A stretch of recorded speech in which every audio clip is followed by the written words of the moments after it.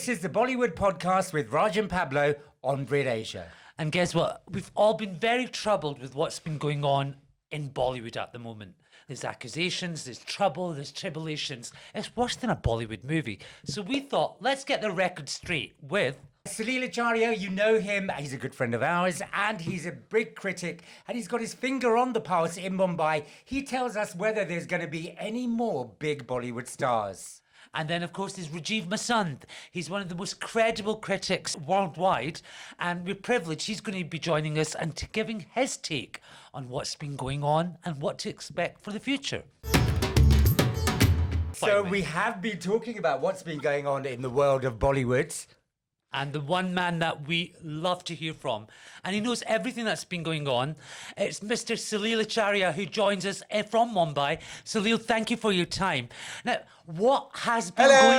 Hello! It's been far too long. Salil, there's so much that has been going on, but let's kind of, just to kind of let everybody know where it all kind of started, you know, because it's escalated from Shashank right the way to Kangana, hasn't it? And then onwards. Yeah. You know, the thing is, it's become a bit of a mess. And I was really disappointed by the way Kangana actually took off after every single person. You know, there's a person who I've known for a very long period of time, somebody who I've respected over a very long period of time. Somehow she's got an axe to grind with everyone, that's anyone, you know, and which is fine. You know, I have no stress about that. But my biggest issue becomes if somebody, how should I say this, keeps on at it with an idea to try and malign someone or to bring someone down, then you're not achieving anything. You're as bad as the other people are. So, you know, she keeps playing the victim. And I think now we've reached a point where Bollywood is going to become a very inclusive space. If you thought that it was inclusive earlier, it is going to be more now. I see lesser newcomers or outsiders, as they call it, being launched or being worked with. We've already seen it. So Kali Pili is out. Of course, it was never going to be a good film. But they didn't give interviews. They didn't talk to anybody. They didn't talk to the press because they were so petrified as to what would ask them. I mean, it's so sad because Ishar and Ananya just starting their careers. Ananya's incredibly unlucky to be trolled 24/7 on her social media. It's unbelievable. I mean, she's a young little kid, man. She's Chunky Pandey's daughter. I mean, I really do not understand what's happened. Bollywood is no longer the world that we all knew.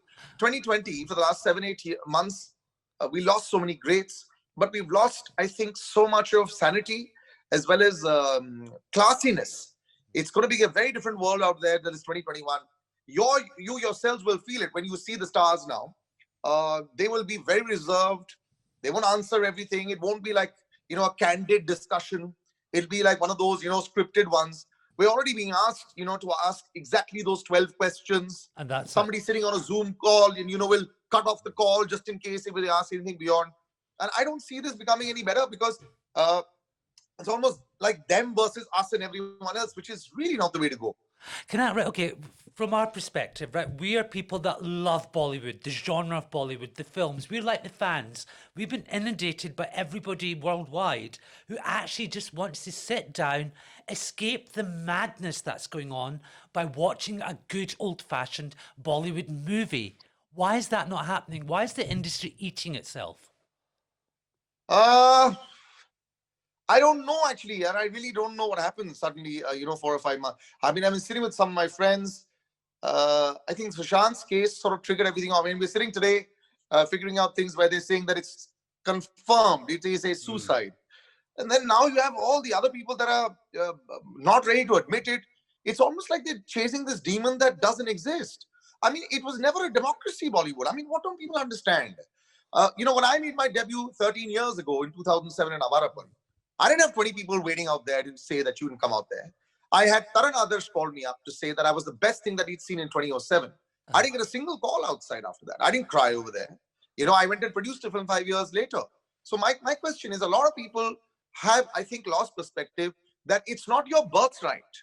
You can see the films you want, but it's not your birthright to say you can be part of cinema. Because today everyone thinks they can be an actor and they can't. I mean, you all know it. But I have to say, after Awarapan, albeit it might have been a couple of years afterwards, we did comment on your Well, I performance. think we need to do a review of Avarapan. Everybody watching today, please watch Avarapan and give us a rating for Salila Charyo, the debut. Now, going back to the stars, Salila, it just seems like it's one star after another, one star after another. Have you off the record, because we know you kind of see them quite a lot, albeit it's locked down at the moment, so it might be a bit difficult, but have you off the record heard them kind of saying this is getting really out of hand, this is getting frustrating? They're just blocking people out now. So if you notice, they don't want to be answerable. They don't need to be. They're answerable for their films, and that's it. They're starting to disassociate the public figure from the actor, which is fine, and I think that's the way it should be. I mean, just because you're an artist, you don't need to answer about the Indian democracy, about why Trump has got COVID, why he's not doing this, why there's no water in the neighbor's building, why India's not playing cricket. I mean, this is ridiculous. It's almost like, they're expected to know everything, and they never did claim to be, the experts on anything. But wasn't the whole fault with them, with the stars, with everyone, being on Twitter, being on Facebook, being on Instagram, with everything, and being so accessible? Yeah, so that's something that I noticed is going to change a lot. Singapore's doing it now, where there's tremendous policies being put in place, which will then decide what you can say, what you can't say. Now, online is no longer going to be the free-for-all that we've had for the last 10 years or the decade. I think it's going to change a lot. It started many downfalls. Many years ago, people didn't remember this or realize this. A certain Lalit Modi tweeted during the IPL, and it brought down so many houses. I mean, it just sort of opened a can of worms, and that was the first time I saw a public being involved on a public platform. Otherwise, it was never public. Today, of course, everyone is accessible out there. But you've noticed Sonam Kapoor will be putting out very few pictures now. Karan Johar barely puts out any Instagram videos. Everyone is now just going to put out content that they choose to put out, which is their promotional content. Like Akshay Kumar always puts out only promotional content. He doesn't put out personal stuff. And I think that's what's going to happen. And this is what they wanted. This is what now they'll be the inaccessible stars that we had, say, 25 years back. But That's going to happen in the next few It reminds years. us that really, I mean, they are only human at the end of the day. Of course. I mean, because we as punters, people who love Bollywood and love the stars, have given the kind of godlike figure, especially in Mumbai. And this just reminds us that, like we all do slip up, we all make mistakes. So, people have to get on with their lives. But do you think, in the future, what's going to happen is a star will become a star again? In an ivory tower, inaccessible. No. The only way we can connect to No, them is through the I don't movies. I don't see superstars happening again. I don't think there will be another time of the Salmans and the Shah Rukhs going back a little further with the Dilip Kumars and the Amitabh Bachchans of the world again. We're not going to have that. That's Why? for sure. You'll have good actors who'll have phases, but you won't see them becoming superstars again. And I remember I was speaking to Shahid about this, and he told me this. He said, the world of the superstar is over. Now you'll have stars who have popular times, good films, but that's it. You won't have the superstar trend again. So if you're looking about the ivory tower, that was with the superstars. That will still happen. Shah Rukh, Salman, Amir will still stay the superstars, irrespective of the hits or the flops, because they don't cater to the 16 to 25 generation. That's what we've forgotten, which is the very online generation that listens to podcasts, that watches us. They weren't even born when Dilwale came out. Just put that into perspective. They weren't even born. So how are you going to explain why Hum Aapke Hai Kaun had 17 songs? You just can't explain that in today's world, right? But I remember with Chetan Bhagat, very big writer, me having a discussion about Hum Aapke Hai Kaun. He said, don't ever talk about that film. I love it. I said, but they don't connect to it. He said, that doesn't matter. I don't care. It's sacred for me. So they won't understand that, how sacred that is for them. So this is going to be a very different world. And eventually, how the stars panned across generations, that's not going to happen now. Well, 10 years is huge. Salil, we're running out of time, but we want to ask you, I mean, all of this is going on, but what are you looking forward to that's going to make you really happy about the industry? Well, I need the cinemas to open. They aren't. I mean, they're opening on the 15th, the rest of India, but Maharashtra isn't. So, unfortunately, bad news for y'all. Salman Khan's film is not coming out this year. Suryavanshi will not come out this year. Some of them might have an OTT release, which is not great for the industry. We can't function without cinemas opening, and they aren't opening right now in Bombay. The rest of India is irrelevant. So if they don't open it in Maharashtra and Bombay, we're all in trouble. So I'm hoping, but October's out for sure. I don't see it, as I've told you many times before, opening before November end, which is a really long time away. Do you think this negativity towards Bollywood, both from within and outside, will stop soon? No, I don't think so. Because I think that's what trolls do, right? They have nothing to do. Yeah. They just sit and do. Because there's not enough work for people. I don't see work picking up for the next 6 months. So, well, all they ever do is twiddle their thumbs on the phone. So I think that's going to continue. Well, Salil, as usual, always a pleasure. Thank you very, very much. You take care. Bye-bye. Bye. But Salil Acharya there saying that Bollywood is no longer the world, or will no longer be the world we know. do you know what? What's not going to be the world I know? When you watch Avarapan, that was his debut movie. Oh, it was indeed. Yeah, make sure you watch that one. Do you know what? Let's go over to Rajiv Masan. Now, he's got his own views on what's been happening. It's Raj&Pablo, and always it's an honour and a complete delight to speak to the one and only Mr. Rajiv Masan. Rajiv, troubling times, crazy times, mad times at the moment. One thing that they are crazy times, and but it's always good to see you guys. Sorry, I had to jump in and say that. Like yourself, you're a lover of Bollywood. On our people that watch our show, listen to our show, we've been inundated worldwide. What is going on with Bollywood? When can we actually watch, sit down, and escape with the magic of the film industry? Help, advise. It's the question that everyone's asking, aren't they? I think you can't tell for sure. We know now that that legally you're allowed to open cinemas from the 16th of October in 50% capacity. Right. But we also understand the two states, which is Maharashtra and Tamil Nadu. Maharashtra is the state in which Mumbai is, of course, and Tamil Nadu is the state of Tamil films.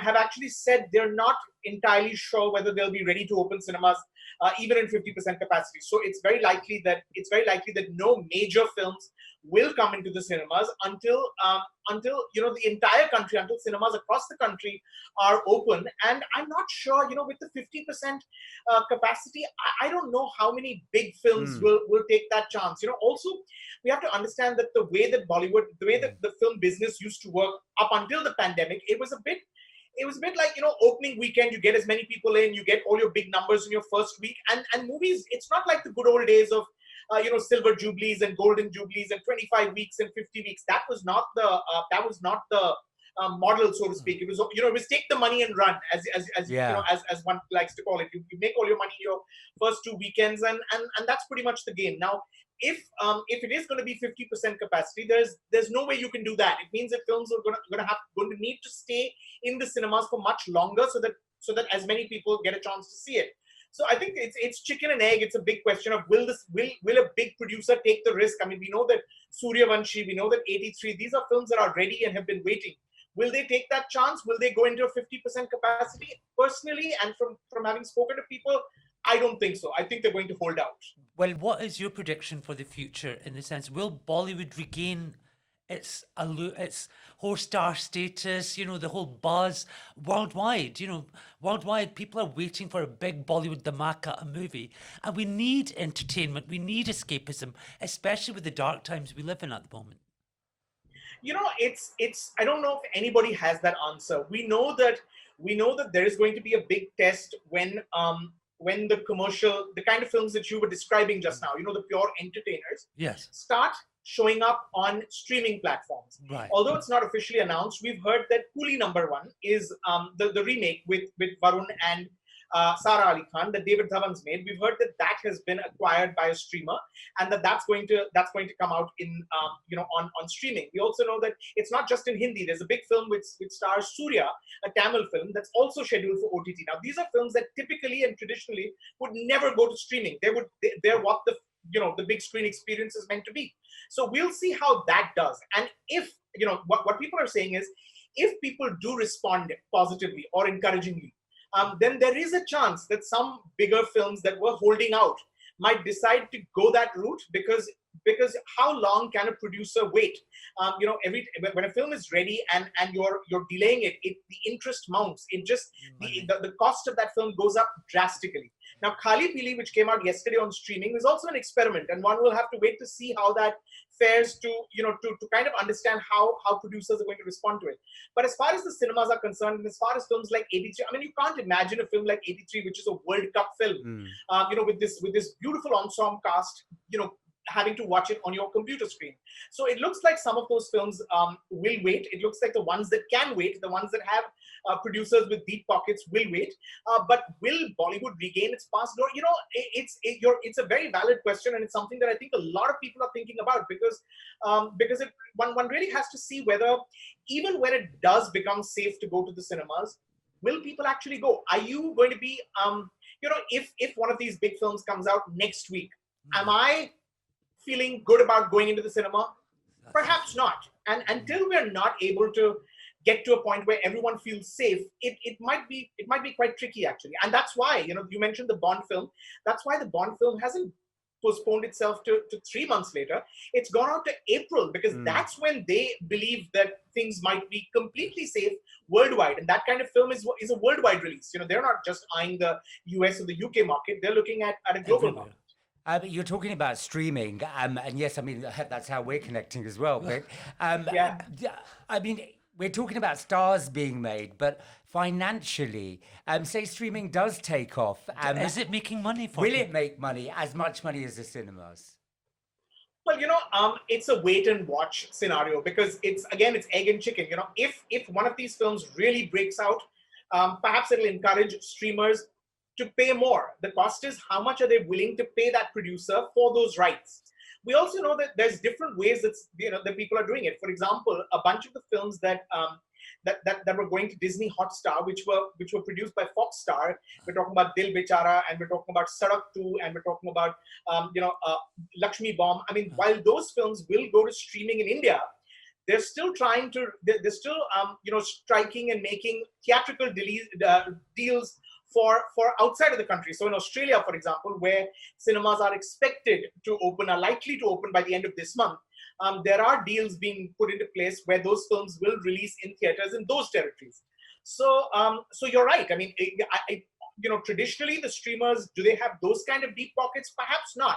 But it depends on how it really is going to take that one big film, that one big producer to take that chance, and for that one big film to do well, to really make people think differently, to make the industry look at streaming, much more confidently. Right now, it's working for the mid-budget films and the smaller films. Rajiv, it's interesting you say that, and we're old and ugly enough to remember. Speak for yourself. When they said video was going to kill cinema, then Hum Aapke Hain Kaun was released. That's right. And that was the first big blockbuster that got people back into the cinemas. Do you think this is going to be the same after this COVID situation? I think it will, and I think that once the threat of COVID is gone, I think that there is a sense, because you sense it on social media, you sense it when you talk to filmmakers, you sense it when you talk to your friends, that there is the need for that communal experience.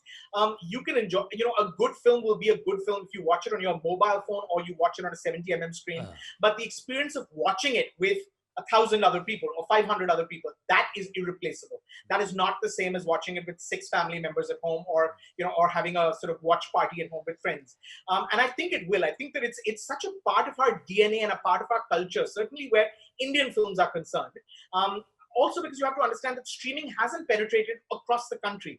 We tend to look at India and tend to think of our friends and people sitting in big metros, but the real India is really in the small towns and the small villages, and they really look forward to the big screen experience. It is the weekend going out. It is that one mode of entertainment. So I do think that the formats will coexist, but it has to be when the fear is completely gone. Rajiv, without going into it, with all the negativity that's abounding at the moment, do you think with social media and everything that's going on, this is the end of the Bollywood star system? Who knows? There is this one belief that a lot of the negativity is also because people are frustrated and people have not a lot to do. And and one thought, and really one really thought that an experience like this would bring out the positivity in people. But clearly it's brought out the negativity in a lot of people, and it's a toxic environment. Social media is certainly a toxic environment, but also I think it's fair to understand that social media is not the most accurate and complete barometer of of gauging a nation's mindset or opinion. Social media is is a subset. It's a bubble, as a lot of people will tell you. So I don't know. I hear what you're saying, and you're right. There does seem to be a lot of a lot of conversation around nepotism, and conversation around bullying, and conversations around the star system, and whether whether people should earn their place, and whether whether Bollywood should be cancelled and boycotted. I think that people love the movies too much, and when a good film comes along, people will embrace it as they have. But it's also important to consider that we have not been making great films all the time, and I think that frustration is also mounting. I think that the industry will have to speak through its actions, and its actions really means its movies. We'll have to see some great films. We'll have to remind the industry will have to remind people why they love this business, why they love movies, and why they love movie stars. Talking about love, give us the one Bollywood film that we should all watch and fall in love with Bollywood again. While we're waiting for that big release. I'm going to go for the conventional one. I'm actually going to say Dilwale Dulhania Le Jayenge. I knew it. It completes 25 years this month, actually. This month, yeah. And it's a good reminder of why we love the movies. Something that can be smart and funny, and characters you love, and still it's just completely escapist. So I think it kind of it balances that. It's not completely harebrained as a lot of our films are. These are actors you love. These are songs you love. This is I think that's what you can't really go wrong with Dilwale Dulhania. And if you're not a sucker for romantic films, then Andaz Apna Apna. Never go wrong with that. Rajiv, as always, it's been a pleasure. Thank you very, very much. And stay safe, and thank you for that. You take care. Bye-bye. The wonderful, magical Mr. Rajiv Masand. Now, if there's anything you want to add, or any questions that have arisen from what we've been talking about, and what your viewpoints are, all you have to do is get in touch with at the Raj&Pablo or at BritAsia TV. We want to hear from you, because we know that a lot of you are very, very interested in what the future's going to be.